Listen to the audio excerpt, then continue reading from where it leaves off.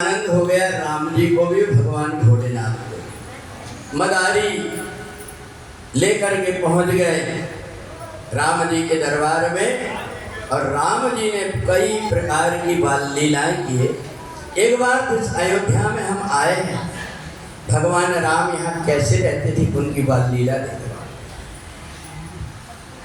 पीत झंगोलिया तन पहराई, पीत झंगोलिया तन पहराई, पीत झंगोलिया तन पहराई, पीत झंगोलिया तन पहराई, जान मान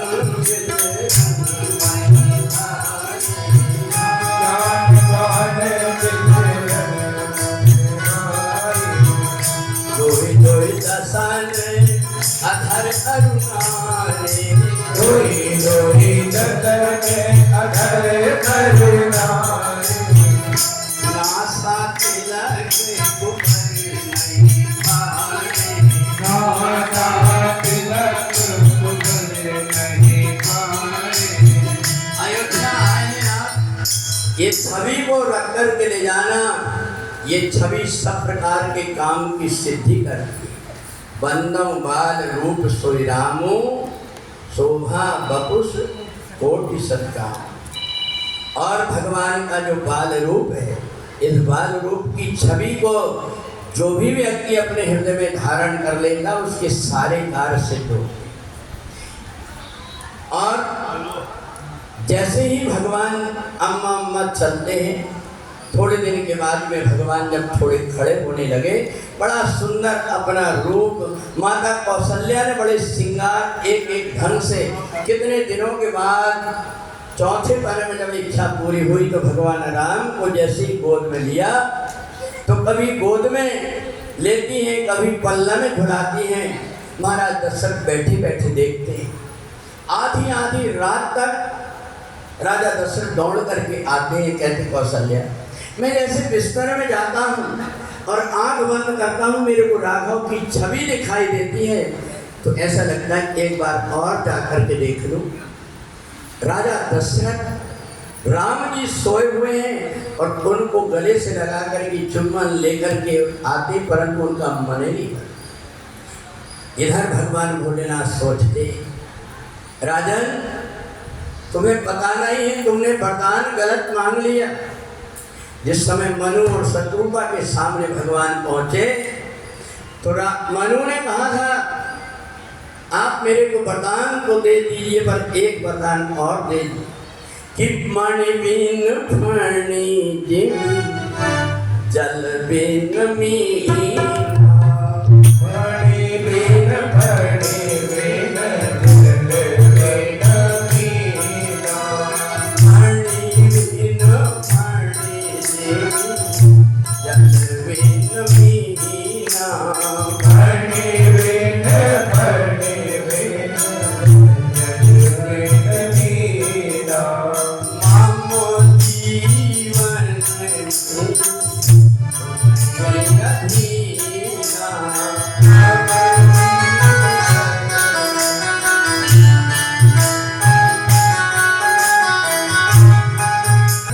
राजन तुम्हारे जीवन में ये दोनों घटना घटेगी।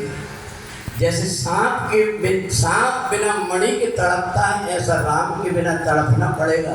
और राम से तुम्हारा इतना प्रेम है, और एक बार तुम्हारी वो दशा होगी जो मछली की पानी से अलग होने की होगी। पर राजा दशरथ का मन ही नहीं माना।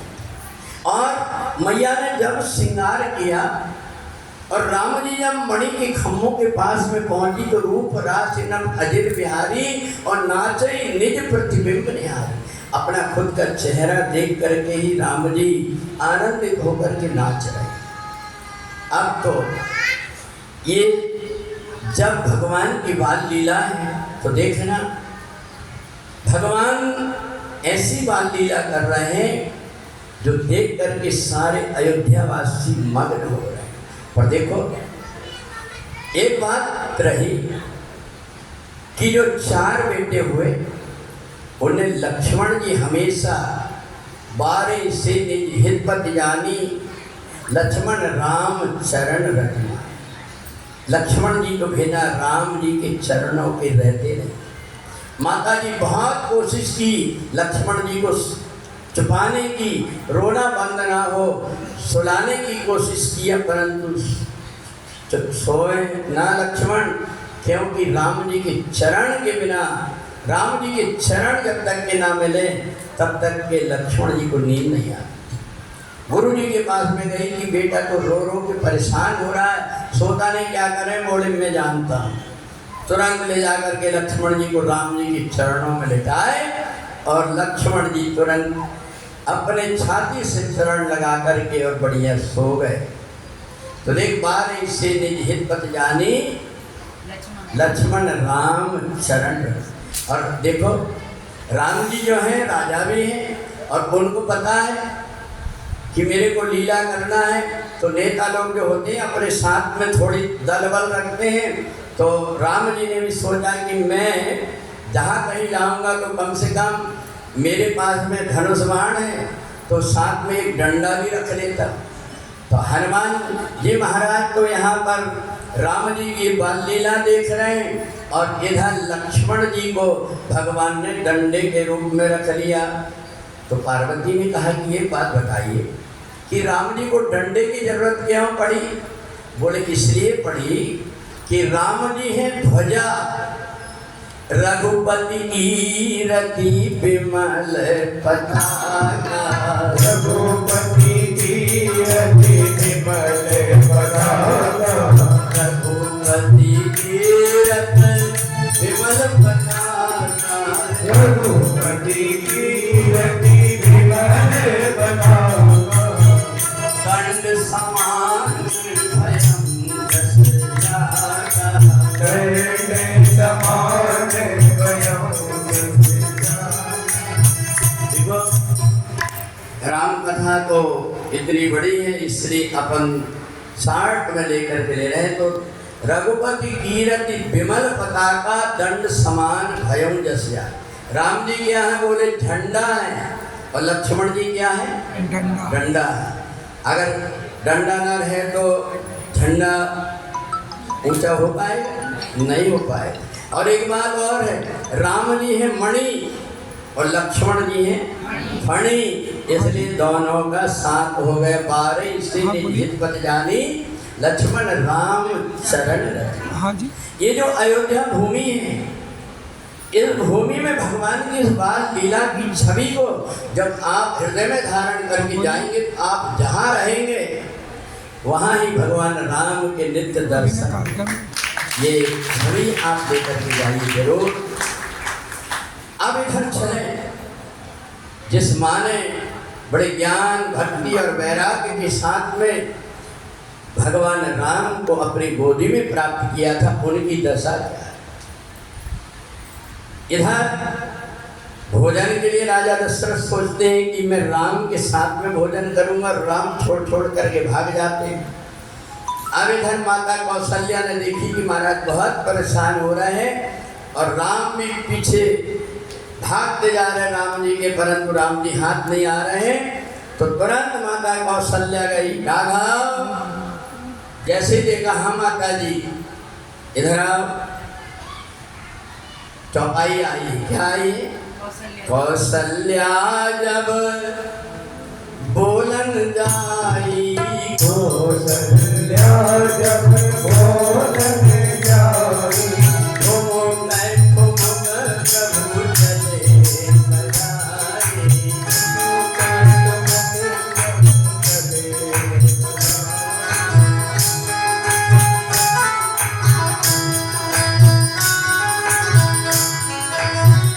बड़े बड़े ब्रह्मा विष्णु महेश योगी शेष महेश ये सब की सब ध्यान करते हैं, परंतु उनके ध्यान में नहीं आते। परंतु माता कौशल्या जाकर के पकड़ लेती। क्यों पकड़ लेती पता है? माता कौशल्या के पास में क्या है? जिन रघुवीर चरण रति मानी, पति की गल करण भवानी।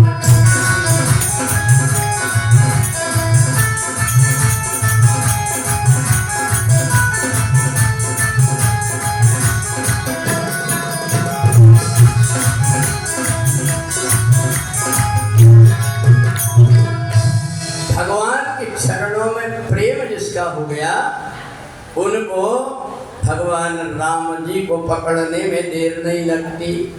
अब इधर भगवान ने ऐसी अनेक प्रकार की बाल लीलाएं किए।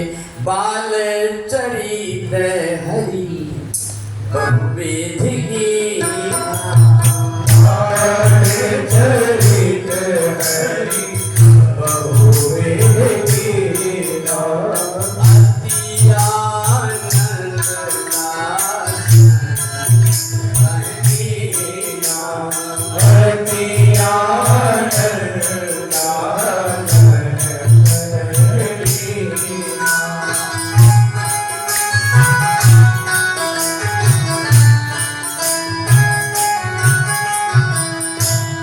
हनुमान जी आ गए, राम जी आ गए, सीता जी कहाँ?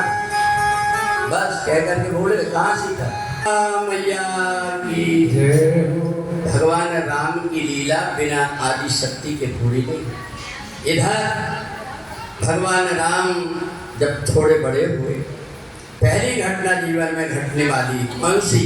मणिबिन फणी। जैसे ही भगवान राम थोड़े बड़े हुए, विश्वामित्र जी ने देखा कि परमात्मा किसी एक के नहीं होते, वो तो सार्वजनिक सबके कल्याण के लिए अवतार ले। और राजा दशरथ ने राम जी को इतना मोह में अपने बांध करके रखे, इनको कम से कम बाहर निकालना पड़े। और दूसरी बात एक है, अगर कोई लड़का घर ही घर में रहे, पर पड़ोसियों को, रिश्तेदारों को पता नहीं रहे, तो उसकी शादी कैसे हो? अब छोड़ नहीं रहे अयोध्यावासी, अयोध्या से कहीं बाहर निकालेंगे तब तो पता लगेगा इतना सुंदर राजकुमार। विश्वामित्र जी ने मन में विचार किया और विश्वामित्र जी तुरंत अयोध्या पहुंच गए। और जैसे अयोध्या पहुंचे, राजा दशरथ को जैसे ही पता लगा विश्वामित्र आए, उनके हाथ पैर कांपने लगे। गुरुजी से मैंने कहा था कि मेरे बेटे का नाम राम के आगे चंद्र मत लगाओ, क्योंकि चंद्र जिसके नाम के आगे लगा हमारे कुल में कोई ना कोई अनिष्ट हुआ। एक हरिश्चंद्र थे जिनको इसी विश्वामित्र ने काशी के बीच में बेच दिया था। जैसे ही विश्वामित्र जी का आगमन सुना, उसी समय पर राजा दशरथ के हाथ पैर कांपने लगे। जैसे ही राजा दशरथ ने देखा कि मैं जानता हूँ कि विश्वामित्र जी बड़े तपस्वी भी हैं, क्रोधी भी हैं, सारे समाज को लेकर के गए और बड़े आदर सत्कार किया कि कोई मुसीबत ना आ जाए। बहुत अनुनय विनय किया, गुरुदेव आपका आगमन मेरे घर में हुआ, चारों बेटों को ला करके प्रणाम कराए। राजा दशरथ ने सोचा कि जल्दी चले जाए तो अच्छा है का महाराज, के ही कारण आगमन तुम्हारा, कहूं सुपरत न लाभ।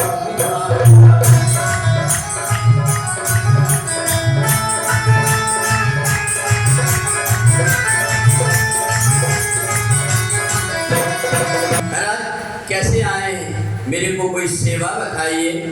तो कहा राजन, मैं आपके पास में कुछ मांगने आया हूँ। बोले मांगने? बोले मांगू भूमि धेनु धन कोसा और सर्वस देव आज सहरोसा। मांगिए, जितनी भूमि चाहिए, गाय चाहिए, सब कुछ दे दूंगा। कहा नहीं नहीं, ये नहीं चाहिए मेरे को। क्या चाहिए? बोले असुर समूह सतावनी मोही, असुर समूह सतावनी मोही,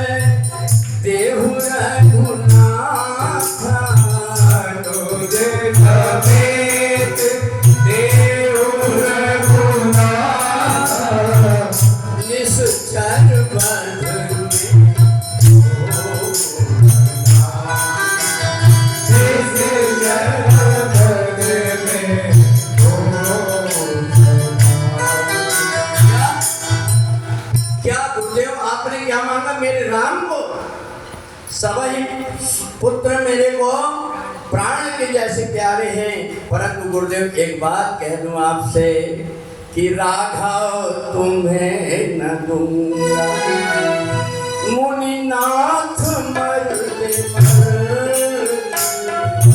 राघव तुम्हें न दूंगा, मुनिनाथ मरते मरे, राघव तुम्हें मुनिनाथ मरते राघव तुम्हें न दूंगा, मुनिनाथ मरते मरे, मेरे प्राण ना रहेंगे, यह दान करते करते। मेरे प्राण ना रहे, यह दान करते करते, राघव तुम्हें न दूंगा, मुनिनाथ मरते मरे, राघव तुम्हें न दूंगा, मुनिनाथ मरते मरे, राघव तुम्हें न दूंगा। इधर चरणों में गिर गए गुरुदेव। सब बेटे मेरे को प्राणों से ज्यादा प्यारे हैं, पर मैं राम को तुम्हें नहीं दे सकता। अब इधर वशिष्ठ जी सोचने लगे कि राजा दशरथ ये क्या अनर्थ करने के लिए जा रहे हैं। विश्वामित्र बड़े क्रोधी महात्मा हैं। अब तो विश्वामित्र को क्रोध आया, जिस यज्ञ से 4-4 बेटे हुए, केवल 2 बेटे मांग रहा हूं तो मना कर रहे हैं। विश्वामित्र को क्रोध आया, राजा दशरथ चरणों में पड़े हुए, पूरा शरीर कांप रहा है। उस समय पर समझदार व्यक्ति जो है दुख को दूर करने का कोई ना कोई रास्ता निकाले। राजा पता है तुम्हें, माता कौशल्या से पूछो, जो ज्योतिषी आए थे उन्हें बताया था ना कि एक महात्मा आएंगे, ले जाएंगे और समझ लेना इनकी शादी का समय आ गया। कौशल्या ने कहा हाँ महाराज, जो ज्योतिषी आए थे उन्होंने बताया। राजा दशरथ ने कहा कौशल्या, मैं राम के बिना जीवित कैसे रह पाऊंगा, मैं अपने राघव के बिना जिंदा नहीं रह सकता। बहुत प्रकार से गिड़गिड़ाए। तब वशिष्ठ बहुविधि समझावा, वशिष्ठ जी ने कई प्रकार से समझाया, ये 2 ले जा रहे हैं, तुमको ब्याज समेत वापस कर देंगे, इसलिए तुम चिंता मत करो। और राजा दशरथ जब विश्वामित्र जी के आश्रम में रहते थे, राम जी उनके देखे बिना चैन नहीं पड़ता था, तो भेष बदल करके कुटिया के बाहर जाकर के भगवान राम को एक टक लगा करके देखते रहे। इतना प्रेम था। देखो, जिन रघुवीर चरण रतिमानी, भगवान के चरणों में जिनका प्रेम हो जाता, उनको धन संपत्ति की कोई चाह नहीं है। आज विधाता की गति देखना, पल से पल में क्या हो जाए, अरे पता नहीं तकदीर का, विधि न की गति विधि न जाने, अजब खेल विधि न की गति विधि न जाने, अजब खेल रघुवीर का। विधि न की गति विधि न जाने, अजब खेल विधि न की गति विधि न जाने, अजब खेल रघुवीर का।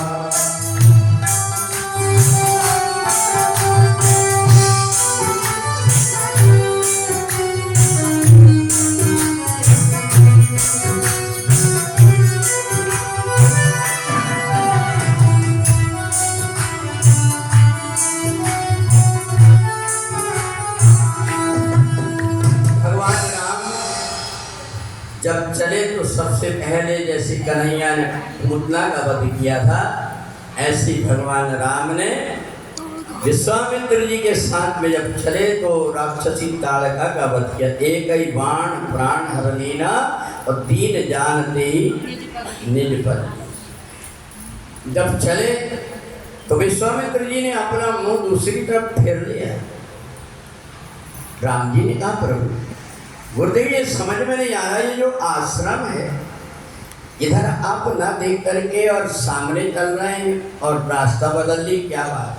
बोले राम ये जगह ऐसी, यहाँ देखा नहीं जाता, यहाँ से तुम चलो, क्योंकि यहाँ एक ऐसी महिला पत्थर बन करके पड़ी हुई है, इसलिए आज तक के कोई भी इनकी तरफ देखता नहीं, देख नहीं रहे, पेड़ पौधे पक्षी यहाँ पर कुछ भी नहीं है, तुम तो चले जाओ।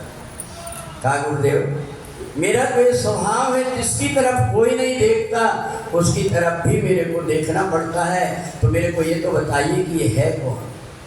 गौतम नारी श्रापवश उपल देह हरि, चरण कमल रज जाहि, कृपा करहु रघुबीर। राम जी ने जैसे ही अपने चरण को ऊपर उठाया, धूल जैसे ही पड़ी और तुरंत अहिल्या प्रकट होकर के भगवान के हाथ जोड़ करके स्तुति करने लगे। प्रभु हम भी शरणागत हैं, स्वीकार करो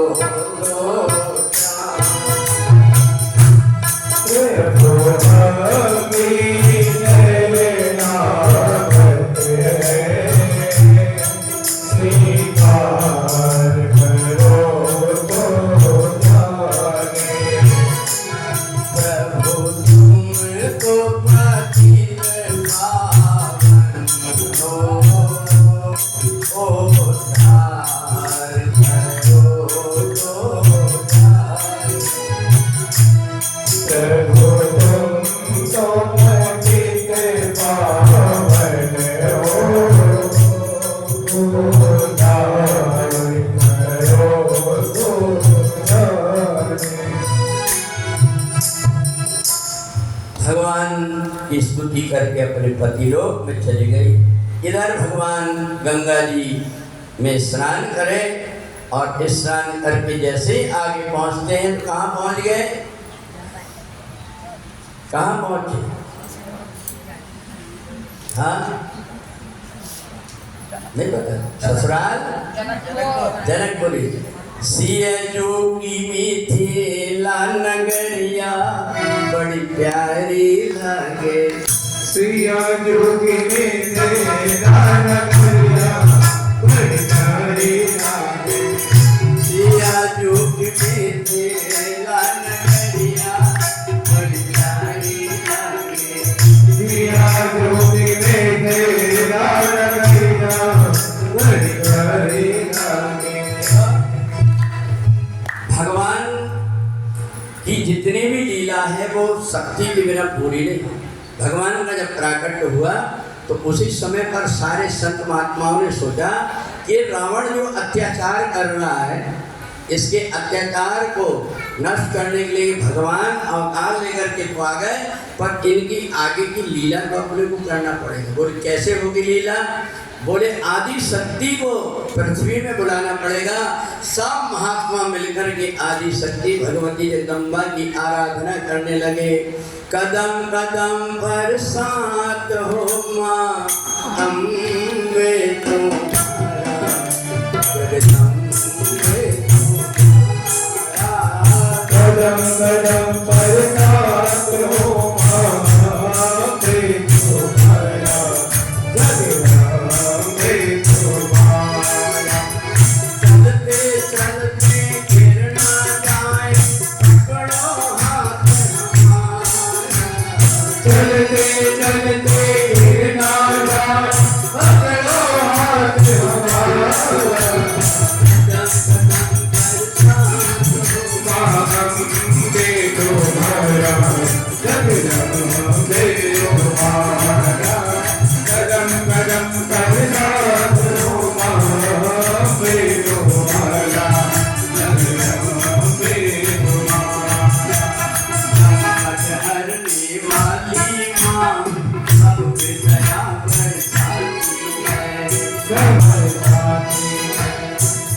अपने रूप बदल के माँ भक्तों की लाज बचाती है। तेरे रूप बदल के माँ भक्तों की लाज बचाती है। तेरी कृपा से चमकेगा माँ हर संसार हमारा। तेरी कृपा से चमकेगा हर संसार हमारा। साथ हो हमसे तुम्हारा, जग रहे तुम्हारा। जन्म जन्म साथ हो हमसे तुम्हारा, जग रहे तुम्हारा।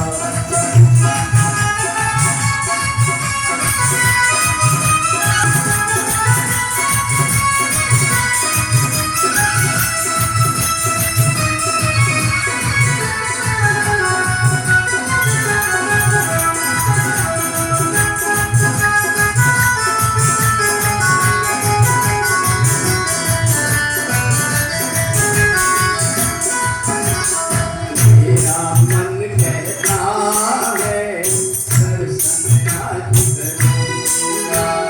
तेरा मन कहता है दर्शन आज करो। अपने मन की बातें माँ से आज कहूंगा। अपने मन की बातें माने आज कहो। मेरी विनती सुन के मैया देगी मधे सहारा। तेरी विनती सुनकर मैया देगी मुझे सहारा। नंबर साथ हो हमसे तुम्हारा, जग रहे तुम्हारा। नंबर साथ हो हमसे तुम्हारा, जग रहे तुम्हारा।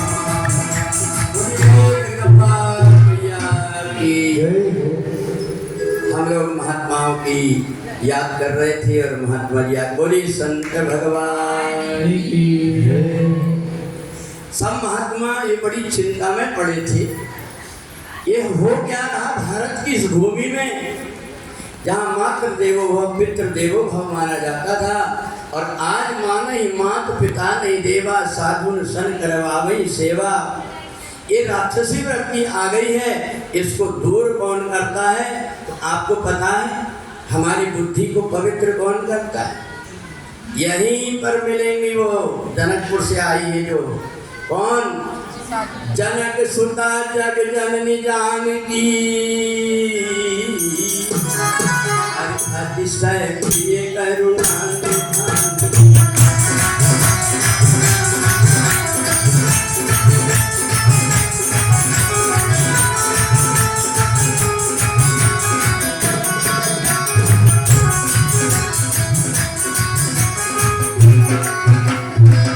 ताके युग पद कमल मनावा।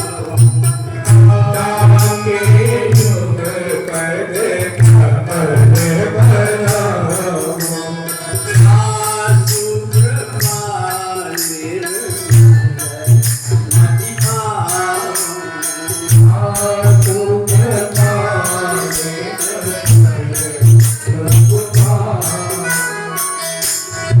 देखो सब महात्मा बैठ कर के यज्ञ करना जैसे प्रारंभ किए, और जैसे ही महात्मा लोग बैठे हैं यज्ञ की आहुति प्रकट किए और धुआं ऊपर उठा, और जैसे ही आहुति छोड़ने लगे हरे ओम यज्ञेन यज्ञमय धानि हरे वाणी प्रथमान्या तन्ना।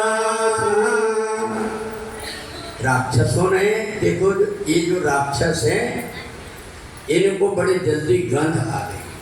जैसे ही सुना ये वेद मंत्र कौन बोल रहा है?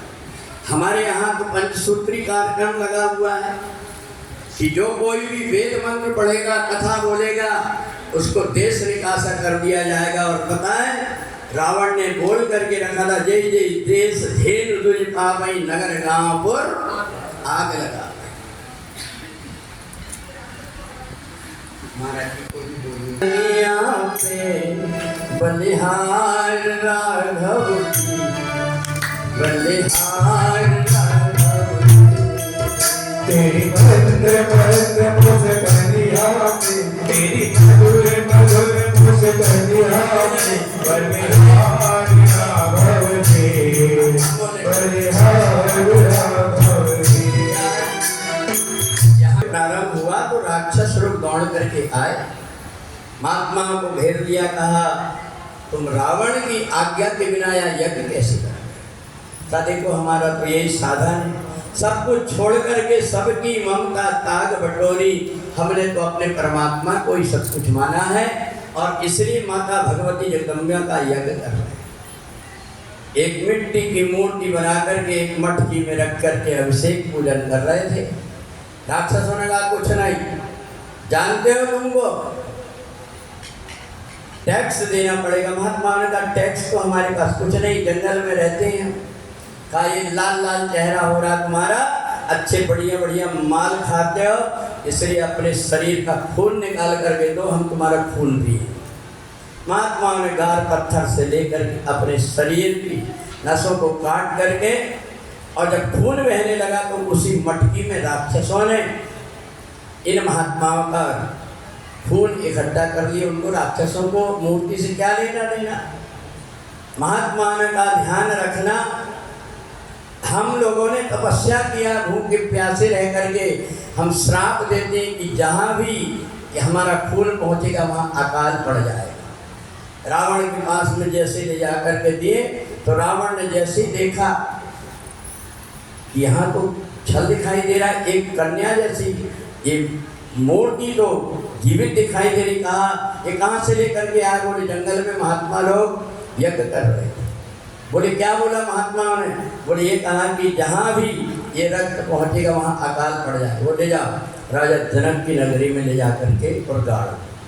राजा जनक की नगरी में ले जा करके मटकी गाड़ दी। अब देखना अयोध्या में सबकी सब संत रहते हैं, एक आधी दुष्ट है मंथरा जैसी, और लंका में केवल एक ही सज्जन है, वो है विभीषण। परंतु जनकपुरी कैसी नगरी?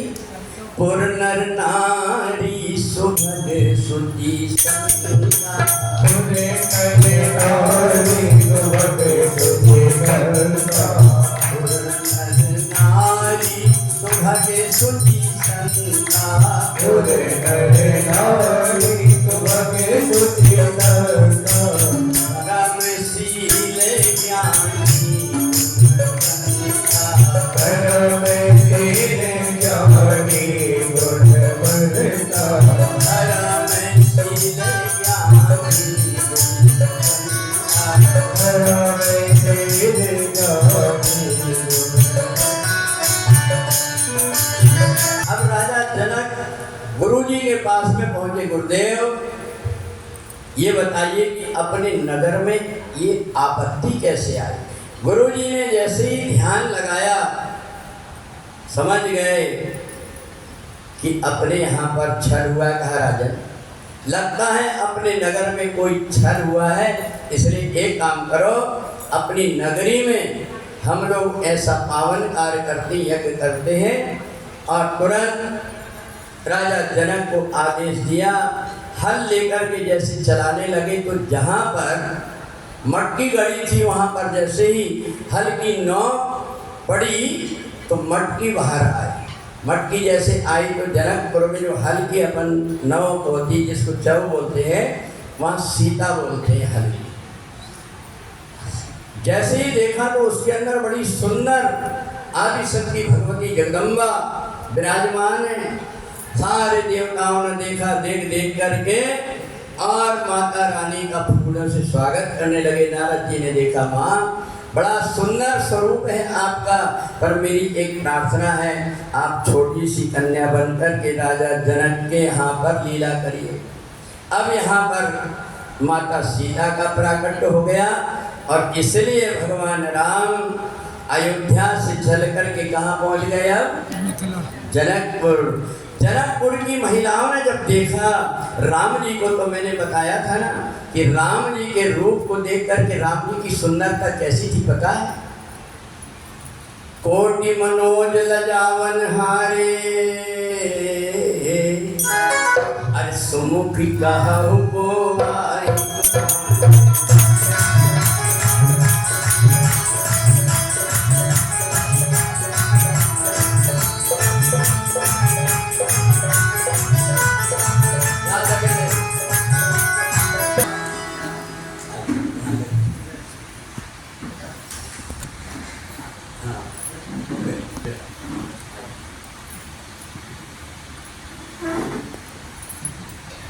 बोलिए संत भगवान की जय।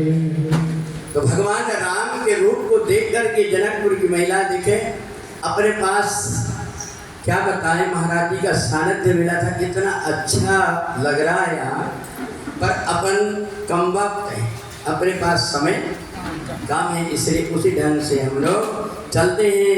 जनकपुरी में महिलाएं राम जी को देख करके जैसा आनंद ले रही थी, आप भी देखें, एक दूसरे से चर्चा चलने लगी। सखी दोई सुंदर राजकुमार नगर, अपने में आएरी। सखी दोई सुंदर राजकुमार नगर, अपने में आएरी।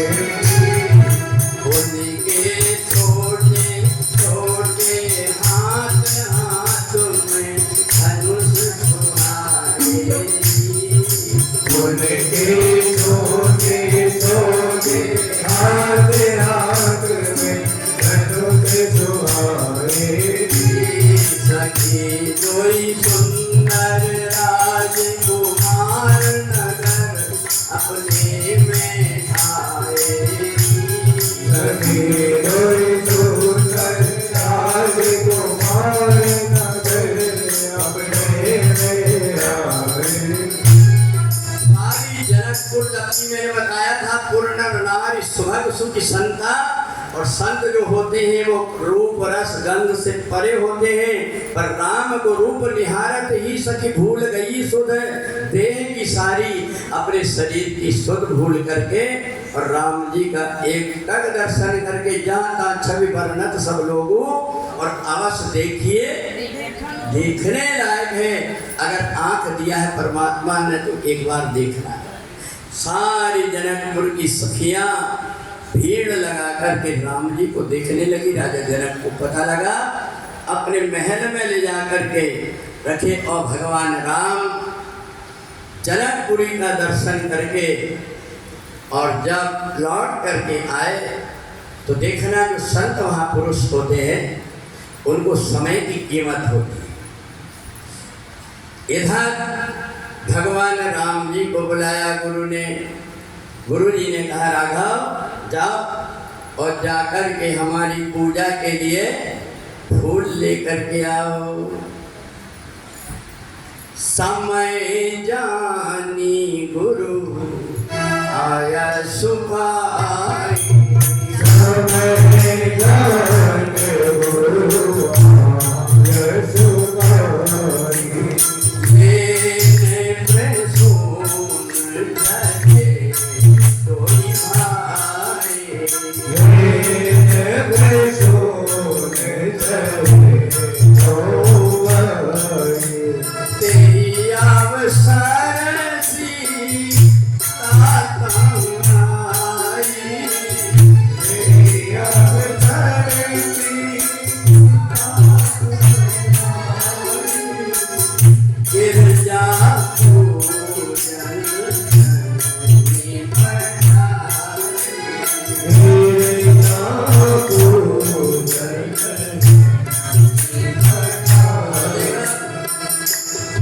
माता सीता जी और राम जी दोनों का मिलन सबसे पहले पुष्प वाटिका में हुआ। राम को देख करके जनक नंदनी बाग में बस खड़ी की खड़ी रह गई। राम देखे सिया को, सिया राम को, चारों अखियां लड़ी की लड़ी रह गई। माता जानकी ने सोचा कि जिन राम जी को मैं देख रही हूँ, अगर मेरे को इनको पाना है तो मेरे को माता जी के पास जाना पड़ेगा। तुरंत दौड़ करके और मंदिर में पहुंची। गई भवानी भवन बहोरी, बंदी चरण मोती कर जोरी। आप लोग भी जय जय गिरवर गाली किशोरी, जय महेश मुकुंद गौरी।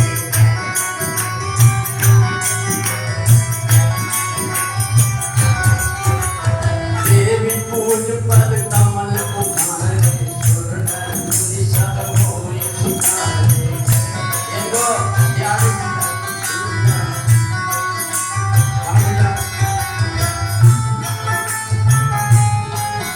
सामने कमरे निधि के पास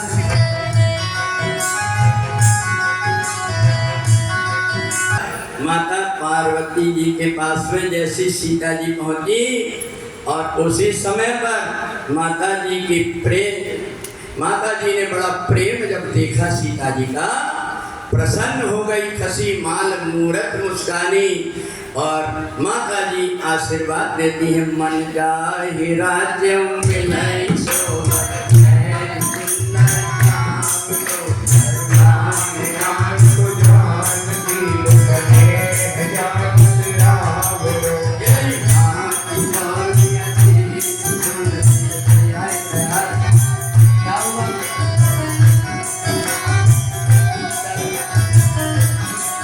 इनको बनाओ।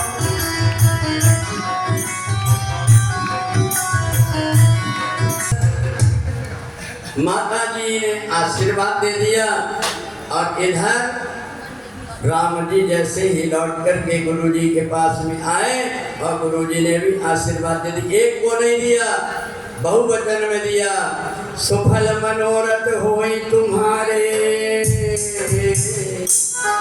अरे राम राम राजा राम राजा।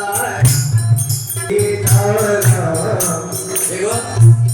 लक्ष्मण दोनों को जब आशीर्वाद गुरु जी का मिल गया, जब सारे राजा महाराजा धनुष की यज्ञ भूमि में पहुंचे, तो राजा महाराजा कितने आए थे दीक्षित जी बताया आपको? भूप सहस 10 एक ही बार, भूप सहस 10 एक ही बार। लगे उठावन लगे उठावन सारे राजा महाराजाओं ने सोचा हमारा नंबर आता है कि नहीं आता है, इसलिए पहले ही वहां पर आ गए। रावण और बाणासुर जैसे आकर के पहले उठा करके देखने लगे। जब हार करके चले गए, तब राजा जनक ने बंदीगणों को बुलाया, और आकर के बंदीगण और राजा जनक की प्रतिज्ञा सुनाते बोले, बंदी बचन बरय सुनो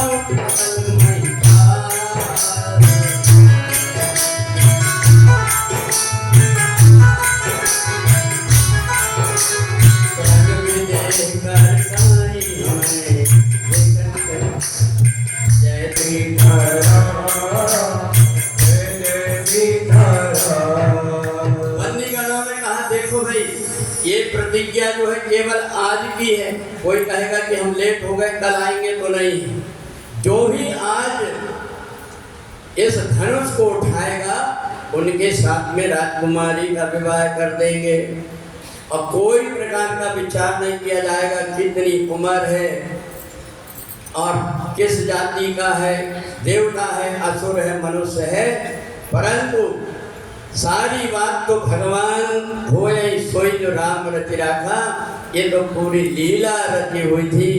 इधर सारे राजा महाराजा जब हार करके बैठ गए, तब उस समय राजा जनक का मन बड़ा दुखी हो गया। राजा जनक ने देखा कि सब नीचे सिर करके बैठे हैं। राजा जनक उठ करके खड़े हुए और राजा जनक ने कहा, देश देश के भूपति नाना आए सुने हम जो प्रण ठाना। तुम धनुष को उठाने की बात करते हो, तुमको वहां से जगह से हिला नहीं पाए, तो इसलिए एक बात ध्यान रखना, अब जन को माखे भटमानी और वीर विहीन मही में जानी। राम जी के साथ में जो फणी थे मणि के, अभी बताओ मणि को कोई आंच आए तो फणी चुप रह सकता है? लक्ष्मण जी उठ करके खड़े हो गए। ए लखन सकोप बच्चन जब बोले, भगवाई मती गज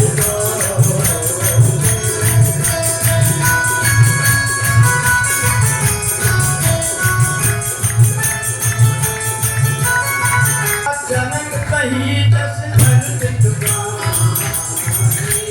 विद्यमान रघुकुल मणिका।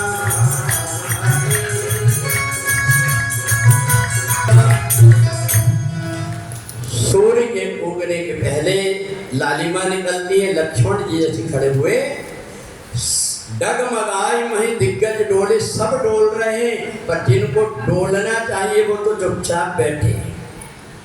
राम जी ने लक्ष्मण जी को धीरे से इशारा किया, लक्ष्मण देख रहे हो मर्यादा का पालन करना पड़ता है, गुरुदेव बैठे हुए। गुरु जी समझ गए और तुरंत इशारा किया कि उठा हो राम भव जा,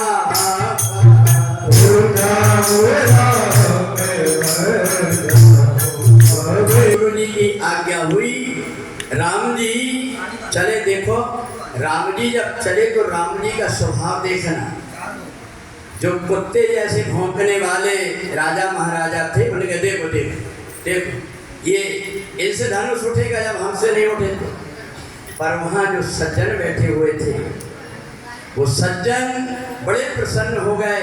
कहा देखो अब समय आ गया अपने सुख का, मेरे प्रभु धनुष तोड़ करके और सीता जी के साथ में विवाह करें। तो देखो राम जी ने ना प्रशंसा करने वालों की तरफ देखा और ना ही जो दुनिया भर की बकवास कर रहे उनकी तरफ देखा। तो ये राम जी सिखाते हैं संसार में सब प्रकार के लोग रहेंगे, प्रशंसा में फूल करके फुग्गा मत होना और गाली से कोई परेशान नहीं होना। ये जीवन में अपना सीख करेंगे। राम जी सहज ही चले सकल जगत स्वामी। राम जी जब पहुँचे और जैसे ही देखा गुरु ही प्रणाम मन ही मन की न अति लाघा उठाए। राम जी ने तुरंत जैसे ही धनुष को उठाया, इतने क्षण राम माथ धनु को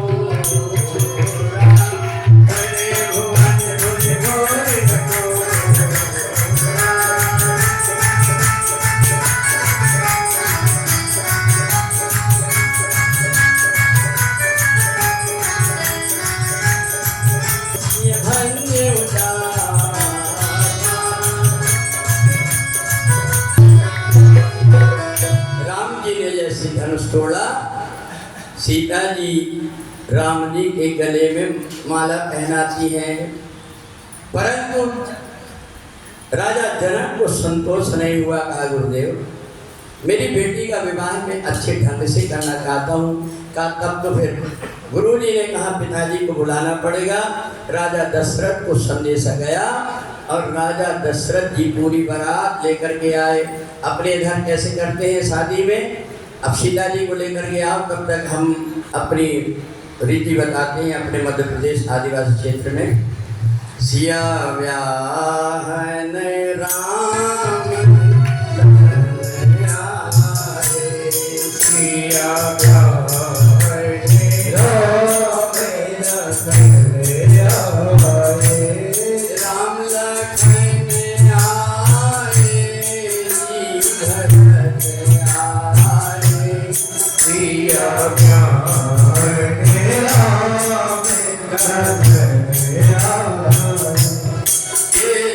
Yeah.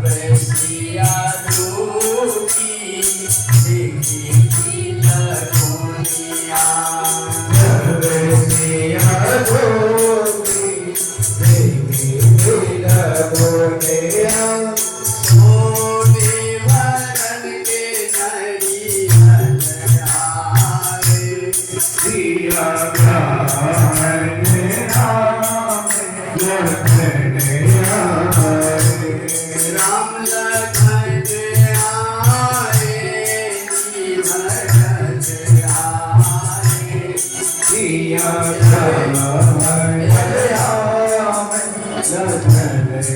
आए। ये जी तब सिया दूरी बड़ी थी भारिया। सर्वे सिया दूरी बड़ी थी भारिया। तो ब्रह्मा वेद लखन आए। मंडप में प्रवेश कर रहे हैं। इधर जब विवाह का समय आया, भगवान राम जी को जब दूल्हा के रूप में सारे जनकपुर वासियों ने देखे तो सब अपनी, इनकी तो जनकपुर वासियों की तो बात छोड़ो, ब्रह्मा जी और सरस्वती भी देख करके मोहित हो गए। ब्रह्मा जी ने कहा, सरस्वती देखना मेरे राम जी दूल्हा बन करके आए, कैसे लग रहे हैं। तो जैसे ही सरस्वती गई, बोली वाह कितने सुंदर कान। तो ब्रह्मा जी ने कहा हाँ हाँ मेरे राम जी के सुंदर कान। बोले कितने सुंदर मुकुट। अब इधर देखते हैं, कहते कितना सुंदर पूंछ। तो ब्रह्मा जी ने कहा पागल हो गई, एक कुर्सी दे दो यहाँ।